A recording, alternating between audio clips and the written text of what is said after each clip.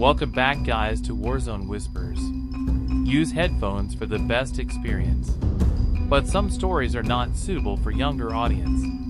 Watch this video on your own risk. If you are new here on channel, hit that subscribe button and it's free. Okay, here we go. The chopper smelled like hot oil and fear. I remember the way the rotors tore through the mountain air, the sound vibrating in my teeth.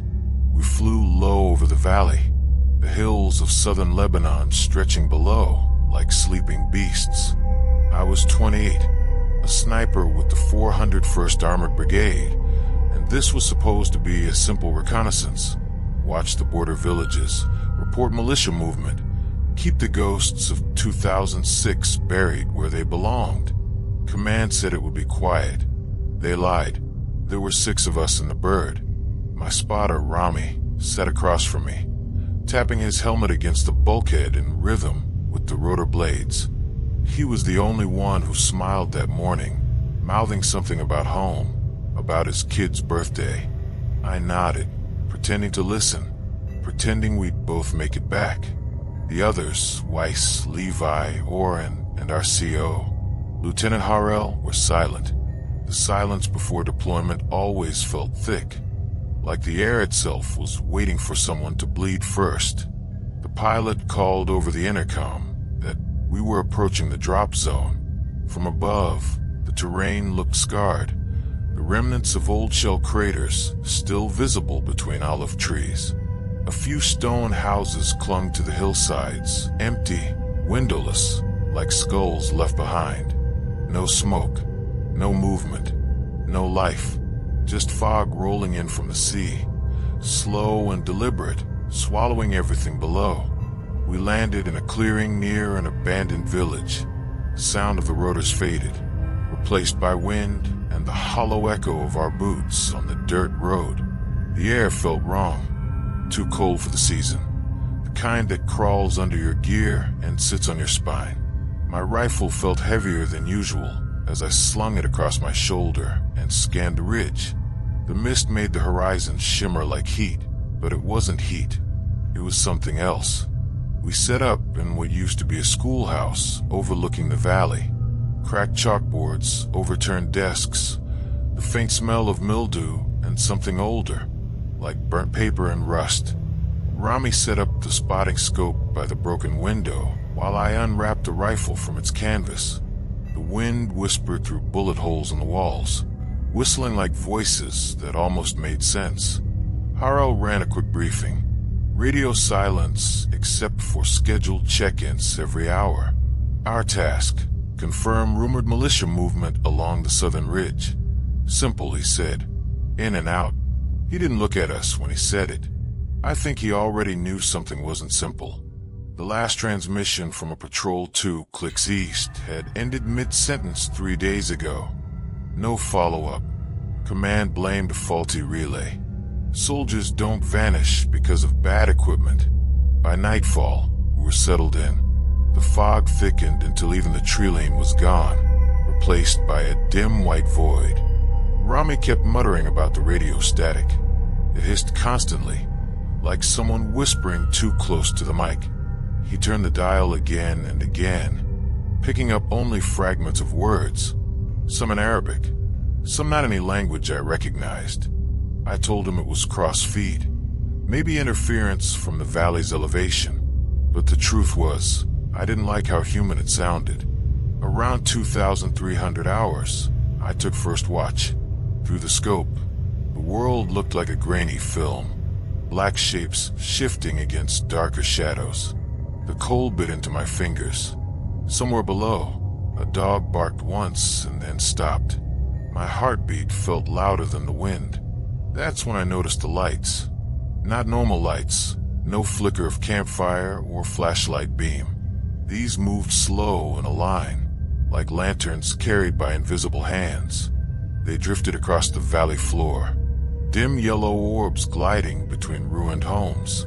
I thought maybe it was civilians, but no one lived there anymore. The village was listed as uninhabited since 2007. I called Rami over, but by the time he reached the window, The lights were gone. He scanned the valley, shook his head, said I was seeing reflections. Maybe I was. The wind carried a smell then, burnt metal and old blood. I knew that smell. Every soldier does. But there were no bodies here. Not yet. The night dragged.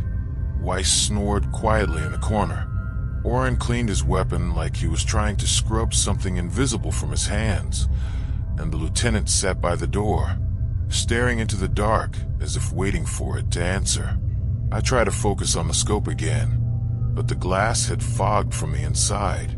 While I wiped it clean, I froze. A figure stood by the treeline, motionless, just a faint outline of someone in fatigues, head tilted as if watching us. I blinked. Gone.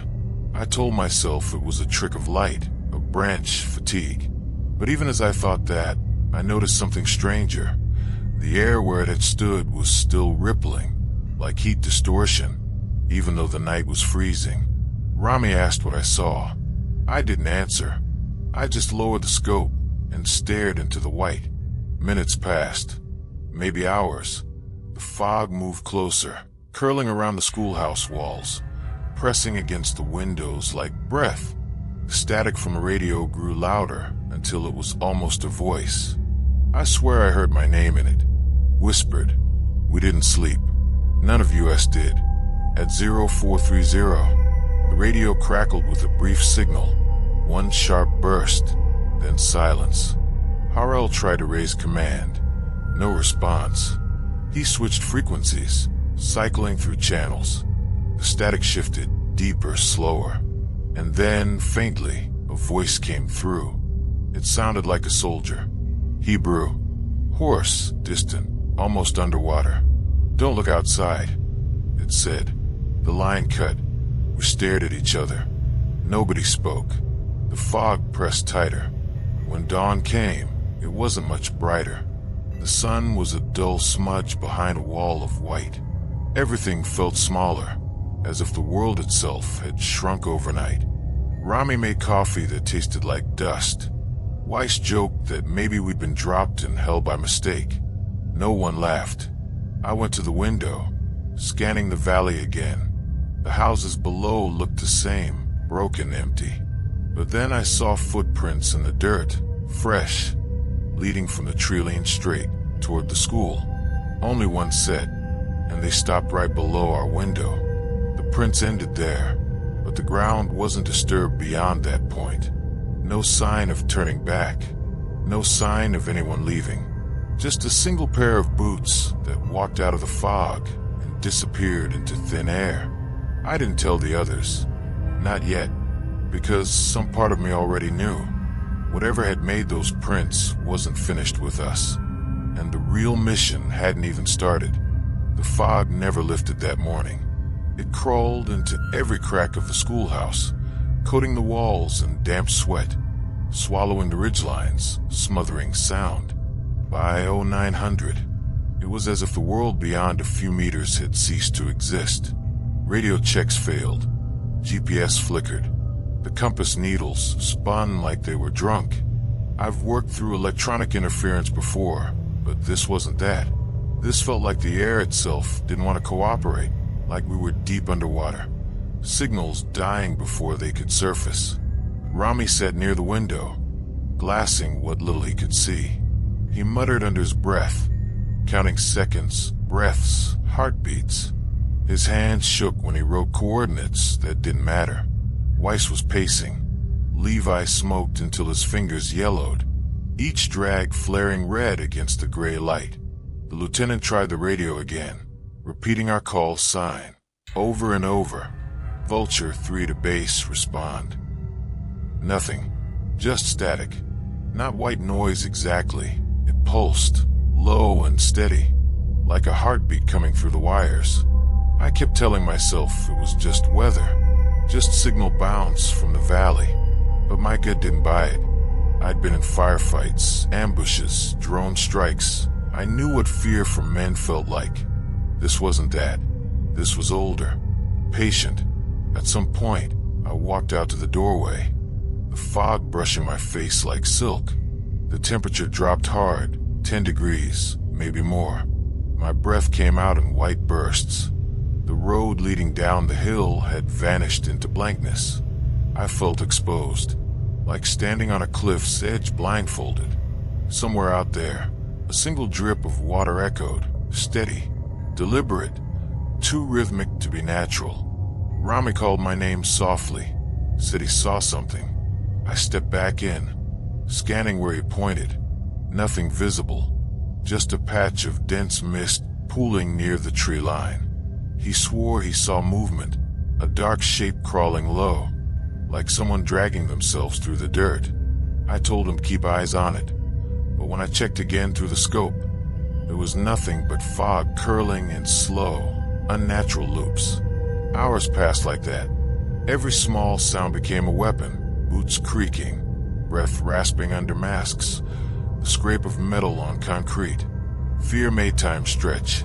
Weiss started whispering prayers under his breath. Oren disassembled his rifle, cleaned it, reassembled it, then did it again, like muscle memory was the only thing keeping him grounded. By mid-afternoon, we decided to move out, sweep the area, regroup with any nearby patrols. The lieutenant divided us into pairs, me and Rami on overwatch, Weiss and Levi on perimeter check, Oren with him. We kept visual contact through hand signals, but the fog devoured even that within minutes. It was like walking through smoke, except thicker, alive somehow, pressing against your skin, blurring shapes that weren't supposed to be there. I swear I saw faces. Not full ones, just impressions, like silhouettes forming inside the mist, watching. Eyes where there shouldn't be eyes. One moment they were there, the next they weren't, and I couldn't tell if it was exhaustion or something worse. Rami froze at one point, staring into the distance. He said he heard someone crying, a woman faint, maybe 100 meters away. I didn't hear it, but he insisted. Said it was clear as radio chatter. He moved forward instinctively, and I grabbed his shoulder. There was no way anyone alive was out there. He looked at me with wide, glassy eyes and whispered. She said my name. We fell back to the building. Weiss and Levi hadn't returned. The lieutenant's voice trembled when he tried the comms again, breaking protocol. Still no response. I think that's when the panic started creeping in. We're trained to handle loss of contact, isolation, uncertainty, but not this kind.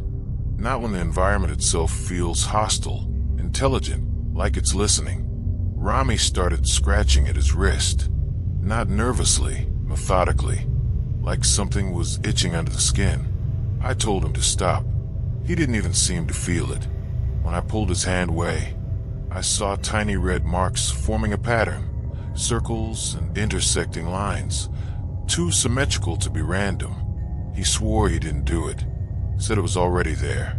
The lieutenant ordered a rest cycle, but none of US could sleep. I sat by the broken window, scope ready, eyes fixed on the void outside. The fog moved like a living thing, shifting in slow breaths. Every few seconds, I caught a flicker of movement, shapes drifting between the ruins below. Too far to ID, too smooth to be men. Then came the hum. Low at first, like distant machinery.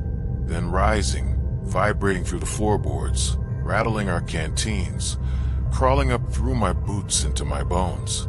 The radio came alive with overlapping whispers, dozens of voices talking over each other, fragments of commands, prayers, screams. The lieutenant ripped the plug out of the power unit, but the noise didn't stop. It was coming from everywhere now. Walls, floors, our helmets. And then silence. Total. Not just quiet absence. No wind. No breath. No heartbeat. For a moment, I thought I'd gone deaf. The world just switched off. I couldn't hear my own exhale. Couldn't even hear the blood in my ears. Rami's lips moved, shouting something I couldn't hear. The fog outside stopped moving, frozen mid-curl, like a photograph. Then something knocked on the door. 3 slow knocks. We all pointed our rifles, waiting for the next sound. None came. The lieutenant inched closer, gestured to Oren to cover him. He reached for the handle. I wanted to tell him not to. I couldn't. He opened it an inch. Nothing outside, just white. But on the floor, right past the threshold, was a helmet. Israeli issue. Ours. Fresh mud on it. And inside, written in black marker, our unit number. But the name on the strap wasn't any of ours. It was mine. The lieutenant looked at me, confused. I swear to God, I hadn't lost mine. It was still on my head. I took it off to check. My name. Same writing. Same smudge of dirt by the G. Identical. Rami muttered a prayer, his voice cracking.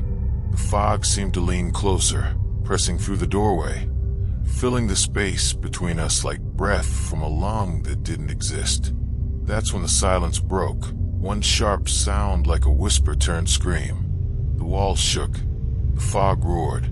The radio lit up again, and through the static, a voice came clear, unmistakable, cold. 6 in, 2 out. Then everything went black. When I came to, the fog was thicker. The lieutenant was gone.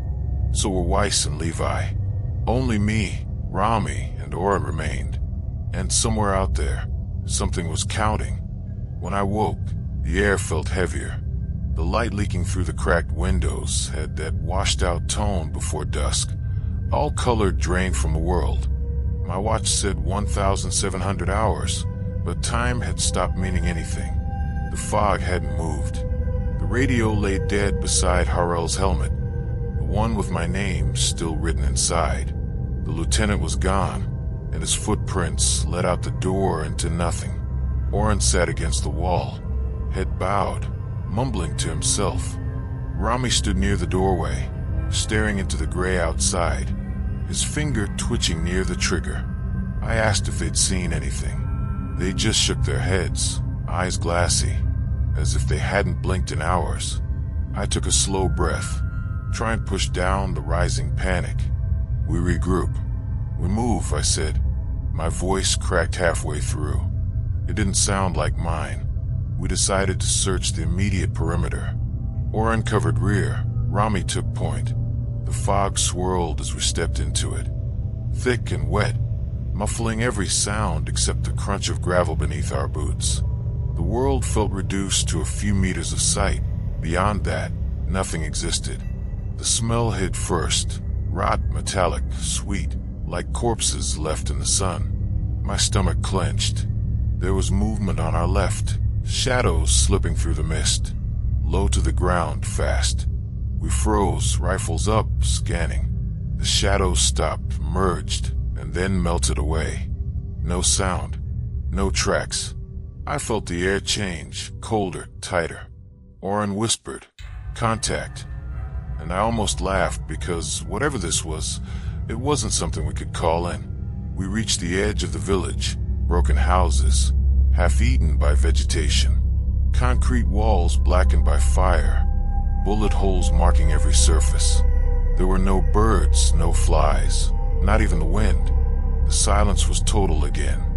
Rami pointed at one of the doorways, a faint flicker of light inside, a warm, amber glow like a candle. He moved first. I followed. Inside, the smell was worse. Old smoke. Blood.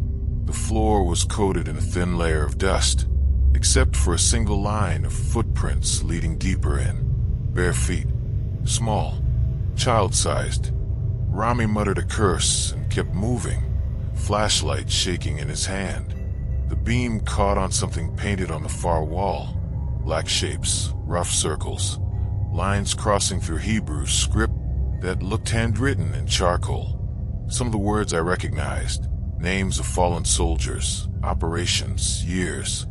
And below them, a single word repeated over and over, return. Oren radioed softly. He'd lost sight of us. His voice crackled through static, breaking apart mid-sentence. I told him to hold position. We'd regroup in 5. Then I turned and saw her. At first I thought it was just a trick of the light. Fog pooling near the window, catching the beam of Rami's flashlight. But it moved. Slowly. The outline of a figure stepped from the corner, bare feet. A torn white dress clinging to mud-streaked skin. Her hair hung over her face, dripping, as if she'd just crawled out of the sea. Rami froze. "Do you see that?" he whispered. I didn't answer. My hand trembled against the rifle grip. She lifted her head. The face wasn't right. The skin was pale, too smooth. The eyes sunk in black, not empty, deep, like staring into holes in the world. Her mouth moved, but no sound came. And then she was gone. Just gone. The flashlight flickered once, twice, and when the beam steadied, the room was empty again. Rami started breathing too fast, pulling at his gear, muttering, "No, no, no." I grabbed him by the collar and forced him to focus. We needed to move, but he kept staring at the wall, whispering. She looked like my sister. His voice broke on the last word. We stumbled out into the street, gasping for air that didn't help. Oren wasn't at his post. The radio only hissed. I scanned through the scope, desperate for any sign of him. And that's when I saw it. A figure kneeling in the road, maybe 50 meters away. Same uniform, same helmet. "Oren," I called out. No response. He didn't move. We approached carefully. Rami's hand never left the trigger. As we got closer, I realized something was off. The position was wrong. His head tilted too far down, the rifle lying just out of reach. I stepped closer, crouched, touched his shoulder. Cold. He turned his face upward, and I saw that his eyes were open, glassy, reflecting nothing. His lips moved, whispering something I couldn't hear. Then, slowly, he raised his arm and pointed behind me. I turned. The fog parted just enough to reveal the schoolhouse in the distance, and in one of the windows, someone was standing there, a silhouette in full combat gear, rifle in hand. My first thought was the lieutenant, maybe Weiss, but as I lifted my scope, my stomach dropped. It was me. Same helmet, same posture, same rifle tucked against the shoulder. The figure even tilted its head the way I always did when I sighted a target. I blinked, and it mimicked the motion, perfectly delayed. Then it raised its weapon and aimed directly at me. I dove, shouting for Rami to move. The shot cracked, echoing through the valley. Dirt exploded near my arm. I rolled behind a wall, returning fire instinctively, rounds slicing through mist and stone. Rami shouted that he couldn't see the shooter. I fired again, then stopped, heart pounding. There was no muzzle flash, no recoil sound except mine. The silhouette in the window hadn't moved. It just stood there, rifle still aimed, frozen mid-action. Then it smiled. Not wide, just enough for me to see teeth that weren't mine. The fog swallowed it whole. We ran.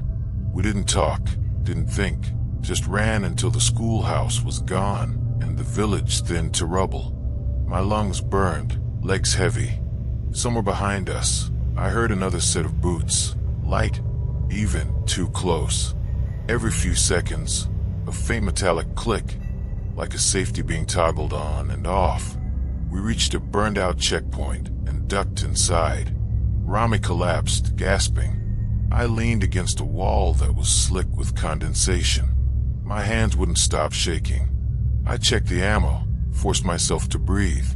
Then Rami grabbed my arm, eyes wide. "Listen," he said. At first I heard nothing.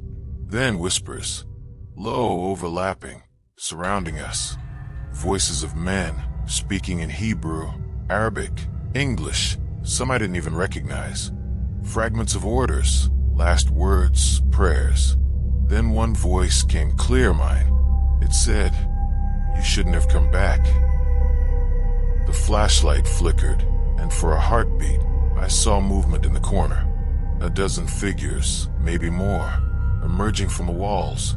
Their outlines burned into the air like afterimages from a blast. Their faces were scorched, Uniforms melted into their flesh. One reached out, blackened fingers twitching. Rami screamed, fired, bullets tearing through smoke that wasn't there. The figures didn't flinch, they just dissolved, leaving trails of ash that hung in the air like dust motes. And then silence again. I looked down. The wall where I'd been leaning now had a print burned into it, the shape of a hand, deep and charred, fingers spread wide.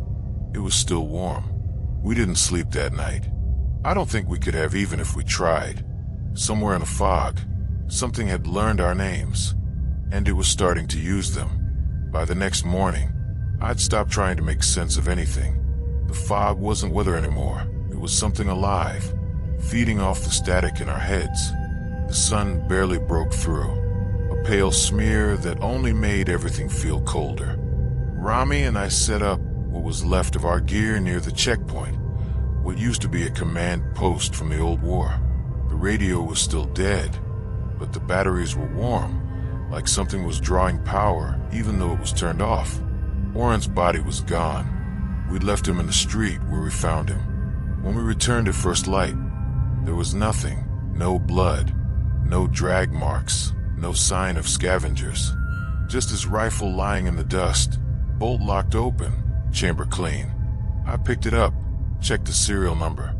It was his, but on the side, carved deep into the metal with something sharp, were 3 Hebrew letters, Lot.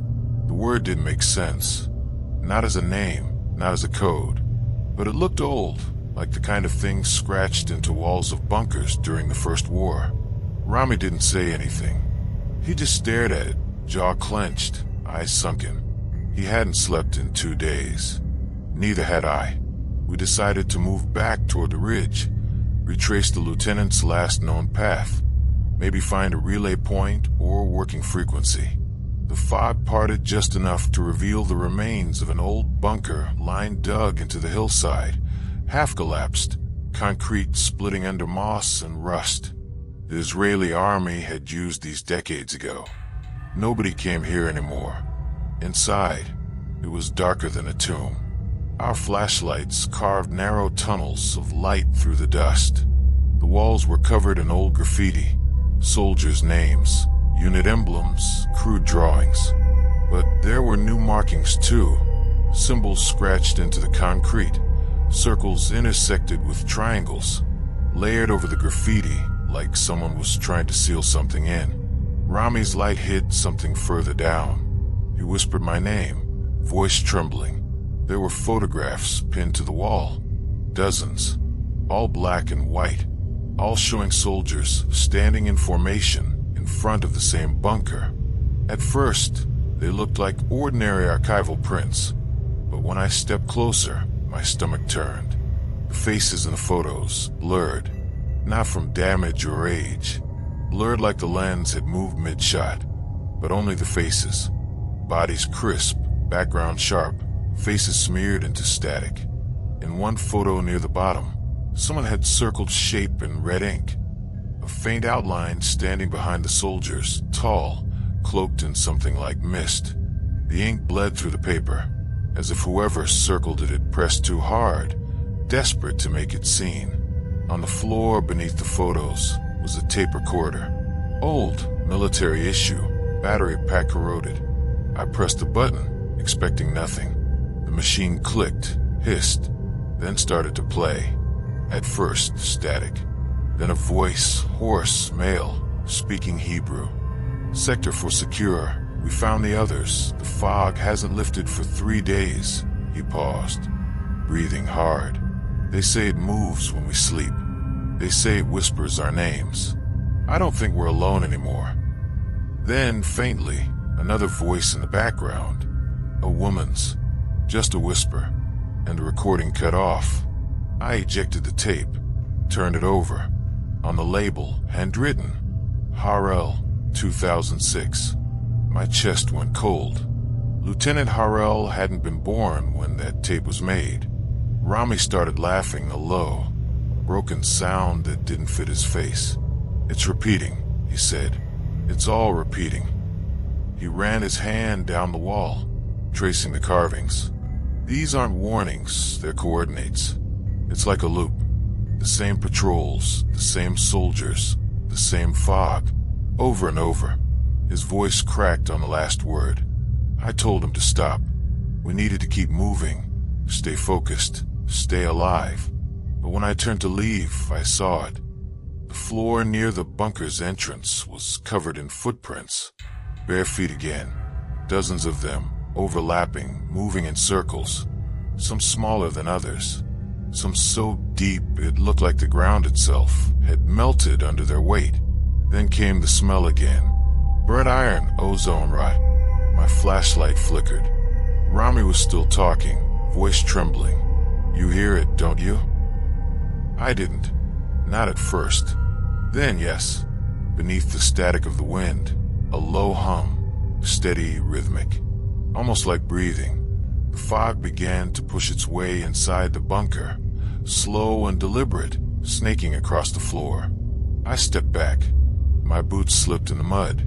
The fog reached the photos and started to curl around them, peeling the edges off the wall one by one. The faces blurred further until the paper burned from the corners inward, leaving only black ash and red circles. Rami screamed. I turned the light toward him and froze. The marks on his wrist, the circular ones from before, had spread up his arm, across his neck. Black veins pulsing beneath the skin, like something alive was crawling inside him. He dropped to his knees, gasping, clutching his head. His voice changed, deep layered. Not just him speaking, but others through him. Words I couldn't understand, echoing off the walls like a chorus.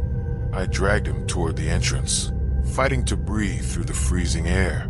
The fog was thick now, filling the tunnel, whispering as it moved. The voices inside it were countless. They said things I didn't want to hear, things that sounded like my own thoughts spoken back to me. When we broke outside, the daylight was gone again. Rami collapsed, eyes wide open, chest heaving. I called his name. He blinked once, twice, then stared past me. His lips moved. She's behind you. I turned. The woman from a house stood a few meters away. Same white dress, soaked in shadow. Her eyes two hollow sockets filled with mist. She raised her hand and pointed toward the bunker. For a moment, I thought she was warning me. Then I saw movement in the darkness behind her. Silhouettes stepping out one by one. Men in old Israeli uniforms, their insignias faded, faces burned away by time. Some held rifles, others just stared, mouths open, no sound. The woman whispered something I almost understood. Then the fog surged forward, swallowing her and them, with a force like a wave breaking. When it cleared, the bunker was gone. Just gone. The hillside smooth, untouched, as if it had never been there. Rami was still breathing, but barely. His pulse fluttered under my fingers. The marks had stopped spreading. For now, I sat beside him, rifle ready, waiting for the fog to move again. My heartbeat echoed like distant artillery. That's when I noticed the dirt around us, lines drawn into the ground, forming the same circular symbols we'd seen in the bunker. Only now, they weren't old carvings. They were fresh, and they surrounded us. Rami started talking to himself, not long after the bunker vanished. His voice was low, strained, and full of static, like a radio transmission bleeding through his throat. He wasn't responding to me anymore, just mumbling fragments of names, places, and orders that made no sense. I tried to keep him alert, to move him toward higher ground, but his legs barely worked. Every step he took left dark streaks of mud behind, darker than the earth itself, almost black. The marks on his skin pulsed faintly under the thin light, like veins made of wire. We made it to the remnants of a small outpost, little more than stone walls and a collapsed roof. The fog pressed against us like a physical thing now, circling the ruins, waiting. I set Rami down against a wall, checked his pulse again, weak, erratic. His eyes fluttered open just enough to meet mine. "She's calling me," he whispered. I asked who. "The one in white." He smiled then, slow and strange, like a man remembering a dream he shouldn't have had. She said, "We're not intruders. We're the ones who never left." His words chilled me more than the cold ever could. I turned away, scanning the perimeter. The fog moved like water, slow currents, gentle swirls, edges curling where light touched it. Every so often, I thought I saw faces form within it, men, helmets, rifles, gone as quickly as they came. The silence between those moments was worse than any sound. Around midday, I tried the radio again. The static hissed like breathing. I hit the transmit button. "This is Vulture 3. Any unit respond." A pause. Then a voice came through, clear, steady, familiar. "Copy that, Vulture 3. This is Lieutenant Harrell." My throat went dry. "Sir, status report." The voice said, calm, measured, the same tone Harrell used during briefings. I froze. Harrell was gone. Maybe dead. I forced myself to speak. "We lost contact. Fog interference. Rami's injured. Request extraction." Static crackled, then his voice again. "Extraction confirmed. Hold position." And then, faintly, over the line, another voice, mine, whispering, "He's lying." The radio went dead. I threw it aside and pressed my palms against my head. Fatigue mixed with fear until it all blurred together. I felt my sanity thinning, unraveling like loose fabric.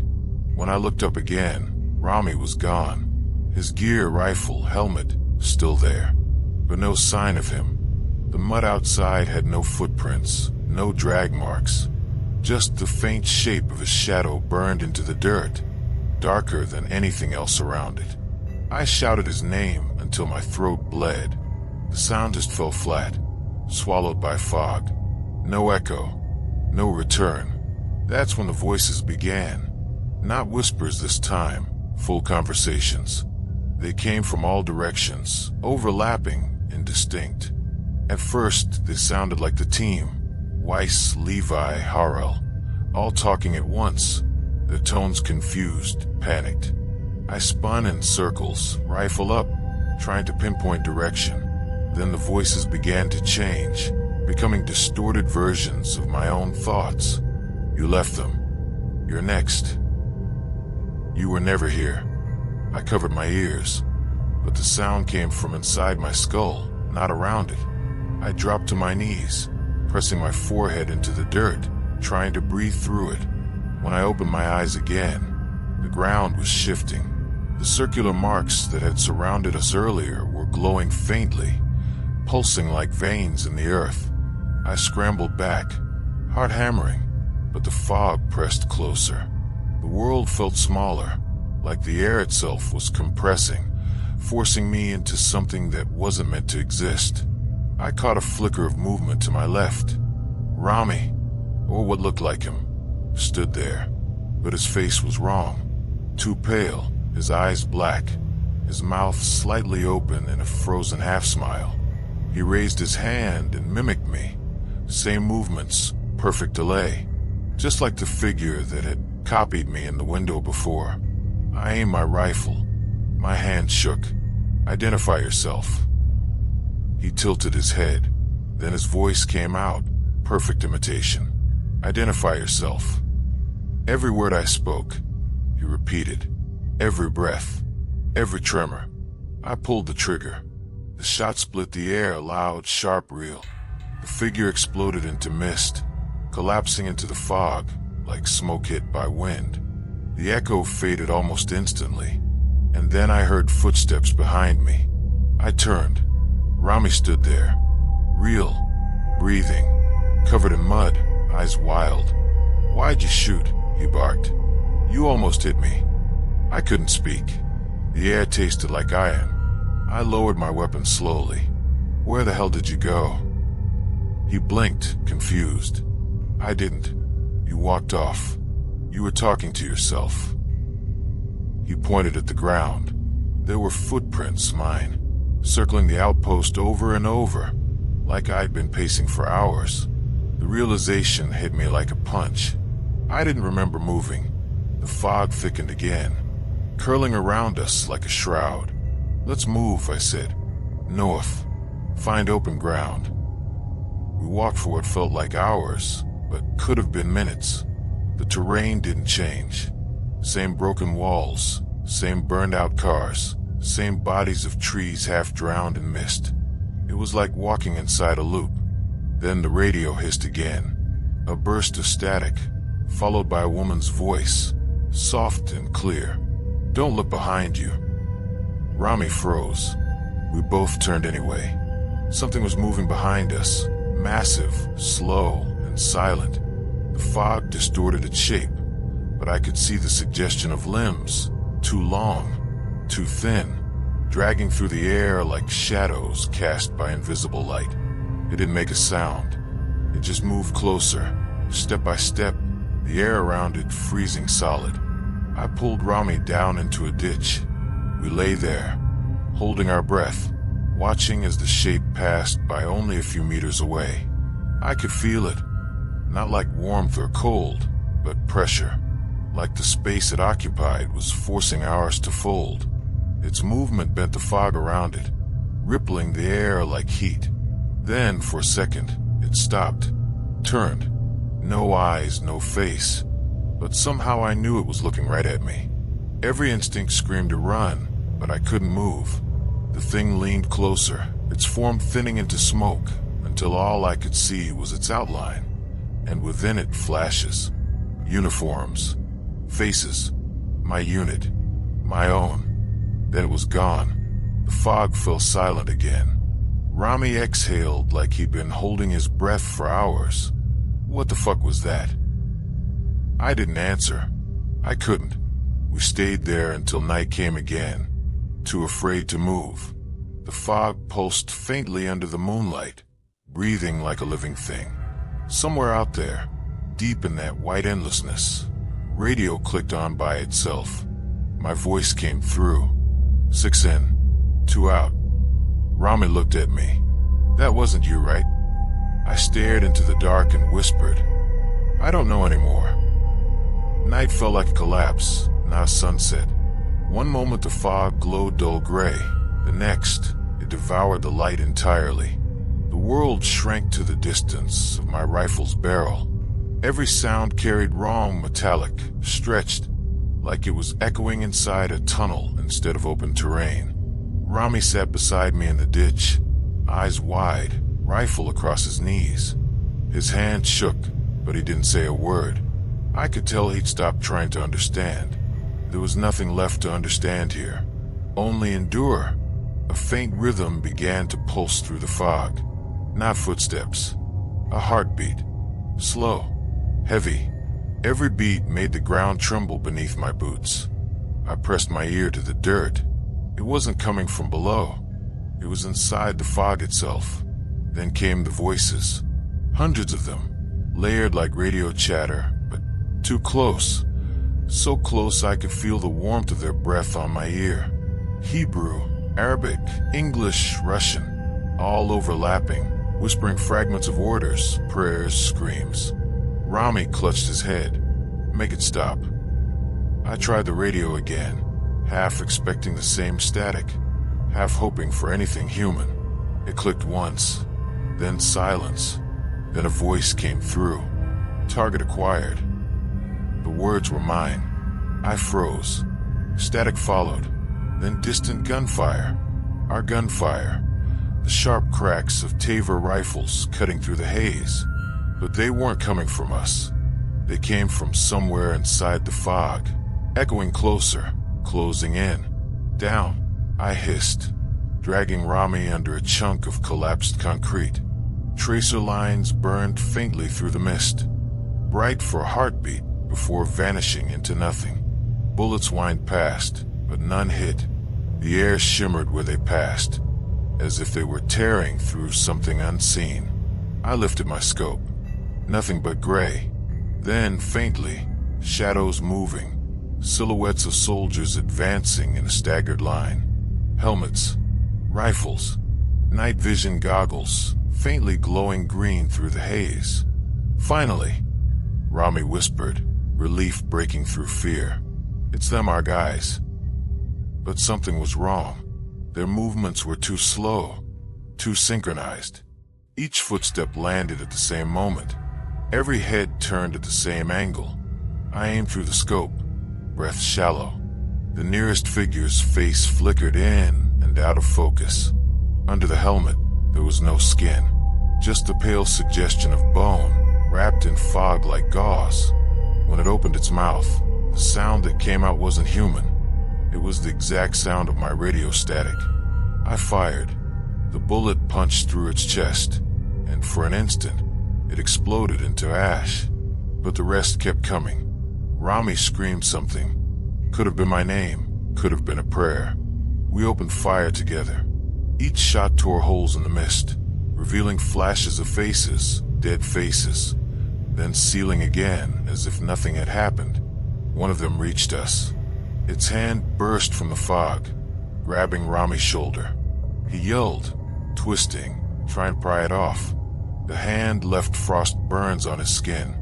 I slammed my rifle butt into it. Solid hit. But when I looked again, it was gone. The fog pulsed. Then the ground beneath us began to hum. We backed up slowly, rifles ready. The hum turned into a low vibration, like machinery buried beneath the earth. I realized with a sick clarity that it wasn't the ground vibrating. It was the air itself. Figures began to rise around us. Dozens, hundreds, some wearing IDF uniforms, others Lebanese, Syrian, even civilian clothes, all hollow-eyed, their features distorted by the fog. They stood motionless, heads tilted slightly forward, like they were listening to something none of us could hear. And then they spoke, in perfect unison. "Who do you kill for?" The sound hit like a blast wave. My ears rang, vision blurred. I stumbled, firing blindly. Each muzzle flash lit up more faces, closer now reaching. Rami dropped his rifle, clutching his temples. "They're inside my head," he screamed. "They're showing me." He stopped mid-sentence. His body went rigid, then limp. When I grabbed him, his eyes had rolled white, his mouth hanging open in a silent scream.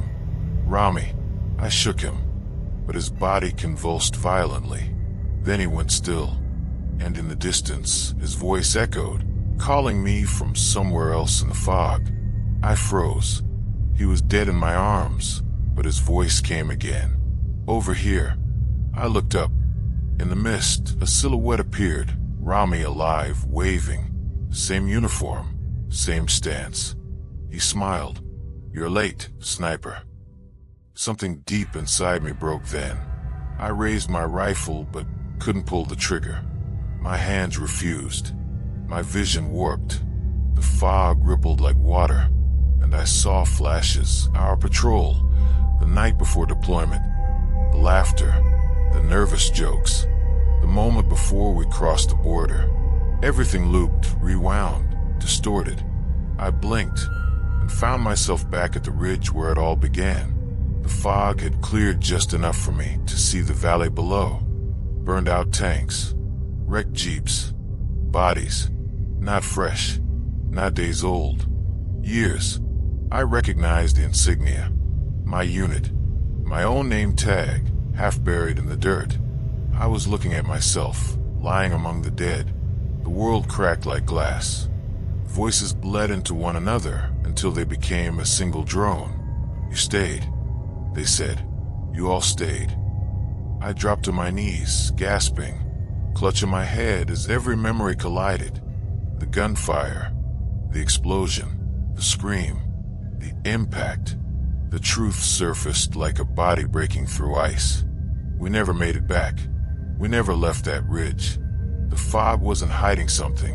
It was holding us, keeping us in the loop, replaying the mission over and over until we remembered what we refused to face. And in the distance, through the haze, I saw figures watching. Not ghosts, not soldiers. Reflections. Every one of them was me. Their rifles rose together. I screamed. The gunfire that followed wasn't loud, it was absolute. When I opened my eyes, the fog was gone. I was lying in an empty valley, moonlight cold and sharp across the rocks. My rifle beside me, Rami's helmet a few meters away. No fog, no corpses, just the hum of wind through ruined metal. But then, faintly, the radio crackled once. Mission complete. Static swallowed the rest. I turned toward the sound, heart hammering, but there was nothing. Only my own voice fading through the static, whispering words I didn't remember saying. We never left. The fog began to creep back. The fog didn't come back this time. It grew back, like flesh closing around a wound. I could feel it pressing against me, heavy and deliberate, as if the air itself wanted me to stop breathing. My lungs fought for every inhale. The cold wasn't weather anymore. It was something alive, crawling into my bones, whispering from the marrow. The radio kept muttering in bursts of static. Sometimes it was my own voice, sometimes Rami's, sometimes both overlapping, speaking words that didn't belong to either of us. I shut it off, but the whispers continued inside my head, faint and rhythmic, repeating coordinates that led nowhere. By now, I'd lost track of time. Maybe hours had passed, maybe days. The moon hung in the same place, frozen in the same phase, pale and merciless. The valley looked smaller every time I blinked, as if the fog was shrinking the world down to my size. I started walking again. The silence followed. My boots left prints that dissolved seconds later, swallowed by the damp earth. Every sound I made came back delayed, my breathing, my steps, just a half beat too late, like someone was walking 1 second behind me. At first, I thought it was an echo. Then I saw the shadow. It matched my movements perfectly, but it wasn't connected to me. It moved a little slower, its outline warped by fog. When I stopped, it didn't. It kept walking, circling, pacing closer. I raised my rifle and aimed at the ground, but my hands were trembling too much to steady the sight. That's when I realized the ground wasn't solid anymore. The dirt shimmered under the moonlight, rippling with each of my breaths. Beneath the surface, I saw shapes, faces pressing up through the soil, eyes rolling, mouths gasping for air. I stumbled back, tripping over a rusted helmet half buried in mud. My rifle clattered away. The faces moved as one, turning toward me, and then they spoke with the same voice. "Stay where you died." The sound didn't come from the ground. It came from inside my chest, vibrating through my ribs like feedback. I screamed and stumbled backward, clutching my vest, trying to shut it out, but the whisper grew louder. I fell hard, my palms slamming into something metallic, an old ammo crate, dented, rusted shut. I pried it open just to distract myself, to feel something human, mechanical, real. Inside were bullets, but every casing was stamped with our unit insignia, Vulture, and next to it, the date of our deployment, June 12th, 2006. The same date carved into the wall of that farmhouse. I dropped the ammo and backed away. My heart was pounding so loud I thought it might attract them. The ghosts, the shadows, whatever the hell ruled this place. And then, faintly through the fog, I saw movement again. Shapes, dozens of them, advancing in silence. I ducked behind the crate, finger on the trigger. But as they drew closer, I realized they weren't ghosts this time. They were real. Flesh and blood. Israeli uniforms. Modern kit. Relief surged through me. Rescue. Reinforcements. I stood, waving my arm, shouting, "Over here." Friendly. No one answered. The lead soldier stopped just meters away. His rifle rose in perfect synchronization with mine. His visor caught the faint moonlight, black glass reflecting my face. I blinked. Every one of them had my face. The same expression, the same posture, the same twitch in the jaw I'd never noticed until now. A firing squad made of mirrors. They moved as one, raised their weapons as one. I screamed out, but the sound came from them, not me.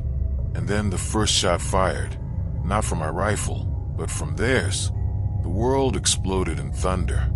I dove to the ground, returning fire out of reflex. Each muzzle flash lit up hundreds of identical faces. My bullets hit bodies that melted into fog and reformed instantly. The sound of gunfire merged into an unending roar until I couldn't tell who was shooting anymore. Then, abruptly, silence. The fog settled. The echoes died. I was standing in an empty field.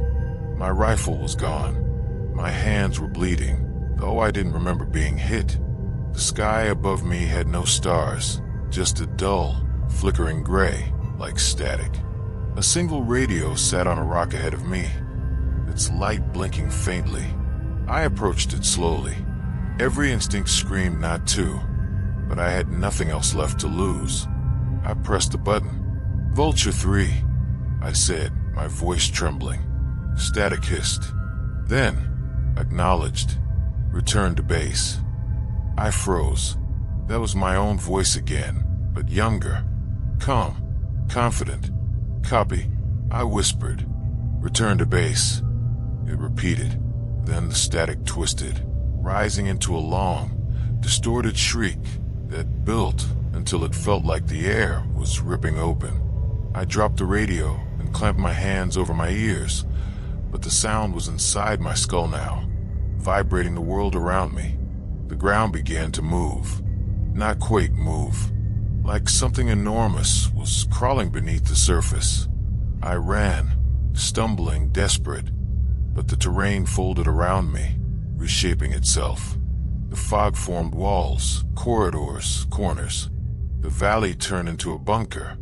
My bunker. Same walls, same cracks, same smell of burnt oil and gunmetal. I was back where it started, on the far wall. My rifle leaned neatly against a crate. My helmet sat on top. Everything was in perfect order, like it had been waiting. And on the floor, carved into the concrete with a knife, were words I didn't remember writing. "If you're reading this, don't answer the radio." I dropped to my knees, laughing and sobbing all at once. My voice echoed off the walls until I couldn't tell which version of me was making the sound. The radio clicked again. "Vulture 3. Status." I stared at it, shaking, whispering to no one. "I'm not real, am I?" Then the reply came, quiet and cold. "No, you're the memory." The fog surged through the doorway, swallowing the room whole. The last thing I saw was my own reflection in the glass of the radio, smiling back at me as the static screamed. The fog swallowed everything again, but this time it had weight. It wasn't air. It was memory, dense and heavy, pressing against my skin, trying to crawl into my lungs. My body felt wrong, hollow in the chest, too light in the legs, as if I was walking through a dream someone else was having. When I opened my eyes, the bunker was gone. I stood in a narrow ravine lined with skeletal trees and shattered stone. The moon hovered unnaturally close, huge and silent, illuminating the ground in washed-out silver. Every rock and leaf seemed to hum. The entire valley was vibrating with something I couldn't hear, but could feel in my bones, a frequency that resonated with my heartbeat. A single figure stood ahead, half-shrouded in fog. I couldn't make out his face, but I recognized the stance instantly. The way he held his rifle, the tilt of his head, the way his shoulders slumped under invisible weight. It was me. He spoke before I could. "You shouldn't be here."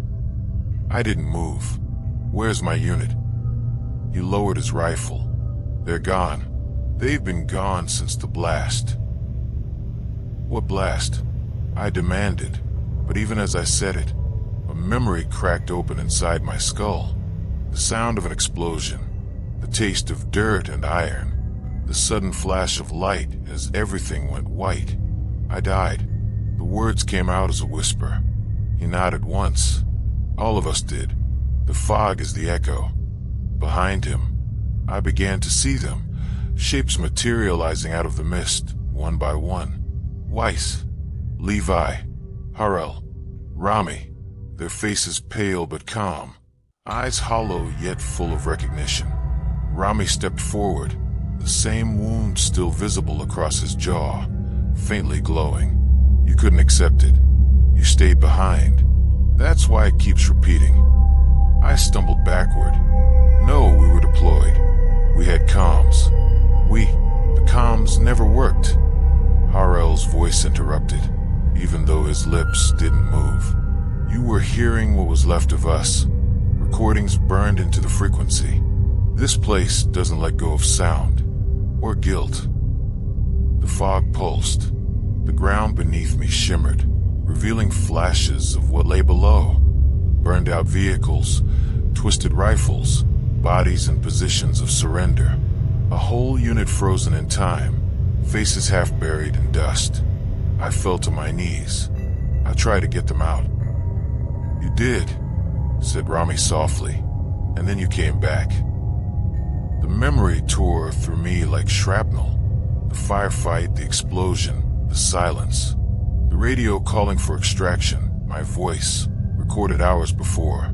The moment I realized I was talking to no one, the figure, my other self, walked closer, and for the first time, I saw his face clearly. The skin was pale, the eyes dim, but the expression was painfully familiar. Exhaustion and guilt stitched into every line. You're the echo, he said, the part of me that couldn't let go.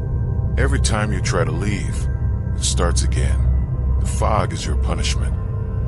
I shook my head violently. No, this isn't real. He stepped closer until his breath fogged the air in front of me. Then wake up. He raised his rifle. I didn't flinch. I couldn't. I was too tired. The sound that followed wasn't a gunshot, but a low, reverberating hum, like the world itself exhaling. When I opened my eyes, I was back in the sniper's nest. The same ridge, the same endless valley below. My rifle rested against the sandbags. My scope was cracked. The radio clicked alive. Vulture 3 report. My throat closed. I knew that voice. It was mine. I looked through the scope. In the distance, down the same path I'd walked 100 times before, I saw two figures moving cautiously through the fog. Israeli uniforms, rifles ready. One of them was me. No, I whispered. Not again. The voice on the radio repeated, calm and certain. Vulture 3 report. I dropped the headset, my pulse racing. I screamed into the night, but no sound came out. Only a faint echo that repeated a second later, distorted, deeper, endless. Then the wind shifted, and for the first time, I saw the valley clearly. The fog parted just enough to reveal the full scope of it. Hundreds of soldiers, dozens of camps, all identical, each one frozen in the same moment. Men mid-step, rifles half-raised, faces turned toward the same point on the horizon, each one an exact copy of the last.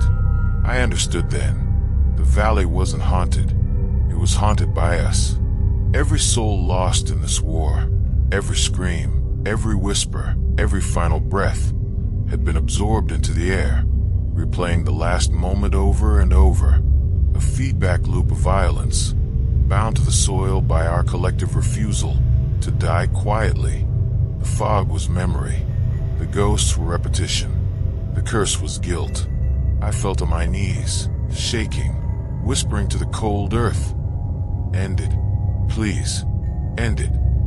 The wind carried my words away, but the ground responded with a low hum, as if considering my plea.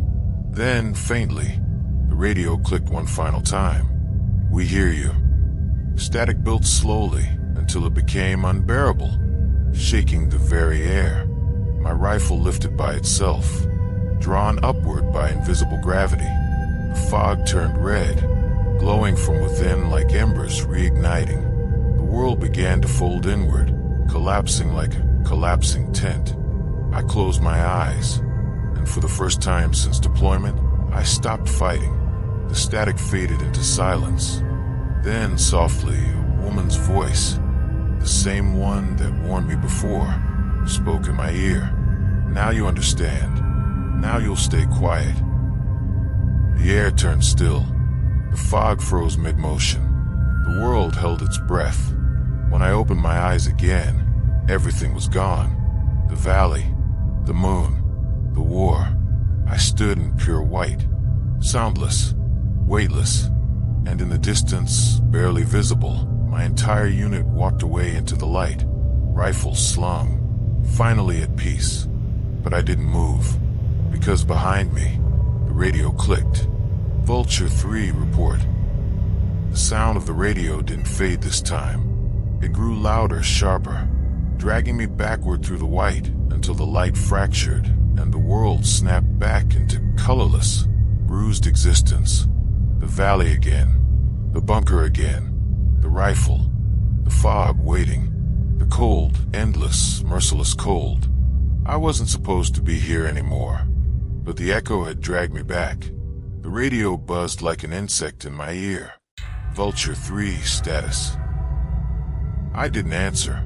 I tore the headset off and threw it into the mud, but the voice kept coming, now from everywhere, through the wind, through the ground, through my bones. Status, status, status. My hands were shaking so hard I almost dropped the rifle. I tried to steady my breathing, but it came out ragged, shallow, uneven. Every inhale sounded like someone else's exhale. Every heartbeat was double. I could feel the fog noticing me. I whispered to myself, "It's not real." But the moment I said it, something whispered back, in the exact same tone and rhythm, "It's not real." Then another voice, and another, dozens. The fog was full of me. They were closing in from all directions. Hundreds of versions of myself, every mistake, every nightmare, every ghost I had ever created.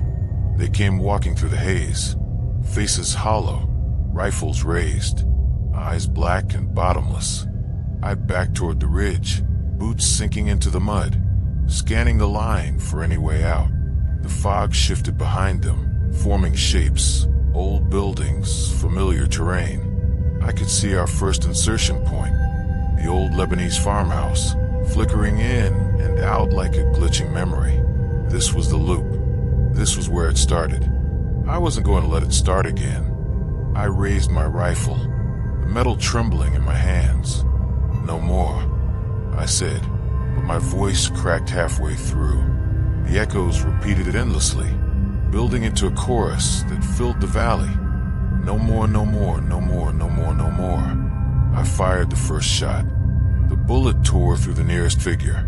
It exploded into fog, then reassembled instantly, closer this time. The others opened fire. The sound was deafening, an avalanche of gunfire and echoes. Tracers cut through the mist in every direction. Bullets whizzed past my ears like insects. Sparks lit the air. I dove behind a rock, reloading, breathing through gritted teeth. Each shell casing hit the ground and vanished before I could see where it fell. Then the fog began to bleed. Thick, black smoke rose from the earth itself, twisting upward into humanoid shapes, long-limbed, skinless things that moved like shadows underwater. They didn't need rifles. They were made of screams and static, their mouths opening only to release the sound of distant artillery. One of them lunged. I turned and fired point blank. The recoil nearly shattered my shoulder. The creature burst apart, then reformed immediately, its face now half my own. I fell backward, scrambling through the mud, my hands sinking deep into it until they struck something solid. Metal, a hatch. Without thinking, I pulled it open and dropped inside. The darkness swallowed me whole. The air below was thick, chemical, choking. My flashlight flickered weakly, casting trembling circles of light over rusted pipes and blood-stained walls. It was a bunker. Ours. The same one from before, but wrong. Bullet holes lined the walls. Charred fingerprints marked the doors. The smell of rot clung to everything. And in the far corner, huddled against the wall, were shapes that looked like men. I moved closer, shaking. They were us. My unit. My brothers.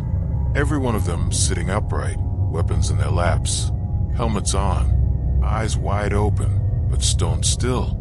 Their skin pale, brittle, cracked like old paint. A thin layer of fog drifted from their mouths with each slow exhale. They were breathing, and then I saw it. The flicker of light in their chest rigs. The same red dots blinking in unison. Radios, all transmitting, all broadcasting the same signal. Vulture 3 status.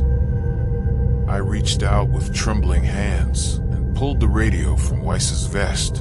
The moment I touched it, every soldier's head turned toward me in perfect synchronization. Their jaws opened, and they spoke. Ended. The walls shook as the fog burst inward, roaring down the tunnels like a flood. I stumbled back, clutching my rifle, my mind fracturing under the noise. Their voices overlapped until they became a single, thunderous command. Ended. I screamed back, how? The floor split. A burst of white light surged upward, and suddenly I was outside again, standing on the ridge, surrounded by fog that burned from within like phosphorus. The air reeked of ozone and blood. The valley below churned with light and movement. Every ghost, every echo, every version of myself was marching upward toward me. I raised my rifle. I don't know how many rounds I fired. I don't even know if they were hitting anything. The recoil was endless, the barrel red-hot, the world shaking apart around me.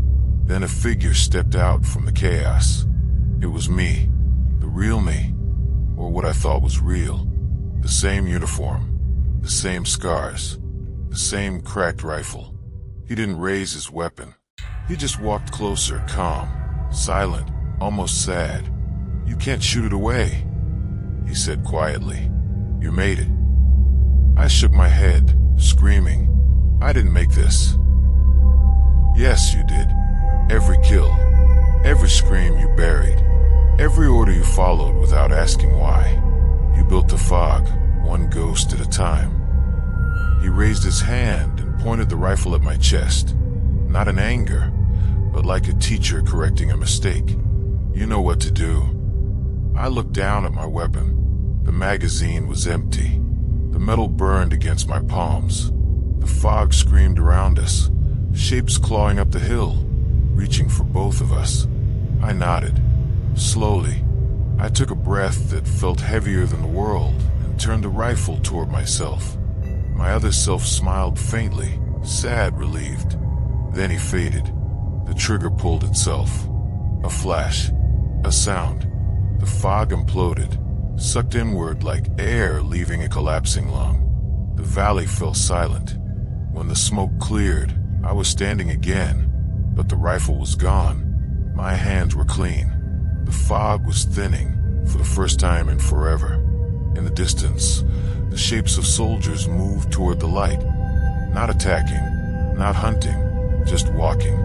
The dead were leaving, but I stayed, because someone had to remember. And in that fading silence, as dawn broke across the dead valley, the radio clicked one final time. Vulture 3. I closed my eyes. Mission complete. The fog never truly left. It only thinned, like an old scar that refuses to fade. Morning light spread across the ridge in dull silver streaks, cutting through what remained of the haze. The world was quiet again. Too quiet. The kind of silence that feels earned or stolen. My body was numb. I couldn't tell if I was alive or if the fog had simply forgotten to take me. I looked down the slope. The valley was still, stripped of color, stripped of time. The bunker's entrance gaped open like a wound in the hillside. No sound came from it, no whisper, no echo, nothing. Just the heavy stillness of something finally asleep. I walked down slowly, every step heavy, my boots sinking deep into wet earth that no longer bled. The rifle was gone, my pack too, but my hands kept a muscle memory. Thumb on safety, finger near the trigger, eyes scanning, heart calculating distances. The soldier in me didn't know how to stop. Inside the bunker, the air was colder than death. Frost coated the metal walls, glimmering faintly in the new light. I passed the seats where my team once sat. Empty now. No bodies. No faces. Only gear scattered on the ground. Helmets, rifles, dog tags half buried in dust. Then I saw it. The mirror. It shouldn't have been there. A tall, full-length mirror leaning against the wall at the end of the tunnel. Frame rusted. Glass cracked down the center. I remembered it, only vaguely, from one of the old Lebanese safe houses we cleared months ago. But it shouldn't be here, in this place. Something inside me whispered, "Don't look." But I did. The reflection showed the corridor, the frost, the faint light, but not me. The space where I should have been was empty. I stepped closer, breath fogging the glass. The frost melted under my exhale, and a face began to appear, not mine, but Weiss's. His lips were blue, eyes glassy, but moving. He was mouthing something. I leaned closer, heart hammering. His voice came faintly, as though from another room. "We're still waiting for you." Then the glass shattered outward. I stumbled back, arms up, but there was no sound, no shattering noise. Just a silent explosion of shards that hung in the air like frozen rain. And through them, I saw the valley, not outside the bunker, but through the glass itself. The valley was still full of soldiers, hundreds of them, standing in formation, rifles down, heads bowed. The fog swirled around their boots, whispering softly. Their faces were pale, almost translucent. Some were mine. Some were strangers. Some were men I'd killed. And at the front of that formation stood me. Not the one holding the rifle. Not the one narrating. The other me. The one who'd pointed the weapon at my chest. The one who smiled before fading. He stood tall, unblinking. His expression calm and resolute. Behind him, the fog thickened again. And from within it, figures began to move. Civilian silhouettes, women, children, all walking toward the soldiers. The fog bent around them, drawn inward like smoke pulled into a lung. The soldiers didn't move. They waited. They accepted. It was a ritual, a cleansing, a loop closing. Then the other me looked directly at me through the broken mirror and said quietly, "You can't leave." The glass rippled like water. The reflection of the bunker behind him began to dissolve, the walls warping, the frost peeling away. My breath froze in my throat. When I turned around, the corridor behind me was gone. Only the mirror remained. The ground trembled beneath my feet. The frost cracked and bled dark water that ran toward the glass like veins feeding something hungry. I tried to step back, but the air itself held me still, pressing forward gently, like invisible hands guiding me toward the mirror surface. I pressed my palms against the glass. It was ice cold, burning through my skin. On the other side, the soldiers were moving now, slowly, rhythmically, like they were marching to a song I couldn't hear. Then, faintly it came. The radio. Vulture 3 status. My voice, recorded, distorted, hollow, replied from somewhere behind the glass. Mission complete. But the tone wasn't relief.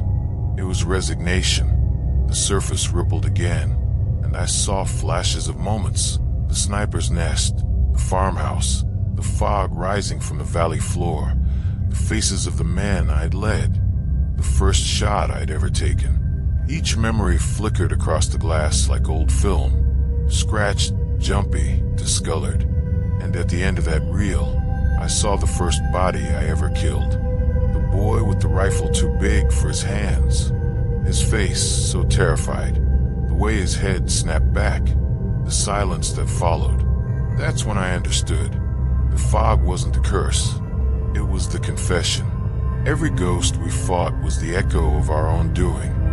Each one waiting to be seen, acknowledged, released. But the sniper, the one who never missed, the one who never questioned, he wasn't allowed to go free. He had to stay, to watch, to remember.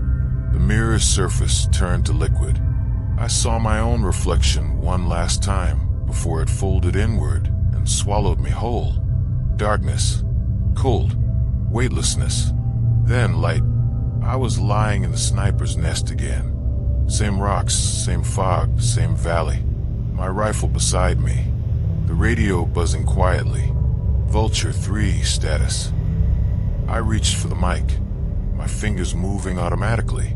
My voice came out calm, steady, military clear. Vulture 3, overwatch position secured. Beginning operation. Static, then silence. I looked through the scope. Below, the valley was crawling with movement, shadows drifting through the fog. Indistinct but familiar. I adjusted my breath, centered the reticle, and waited for the next ghost to move into view. Somewhere behind me, a voice whispered, "Mission complete." And for a second, I couldn't tell if it came from the radio, the fog, or my own mouth. I didn't look back, because I already knew. This wasn't the end. This was the shot that never stopped echoing. The fog doesn't haunt me anymore, because now I haunt the fog. So thank you for watching. The shadows have more to tell. Join me in the next story. And don't forget to subscribe to the channel and share your thoughts in the comments.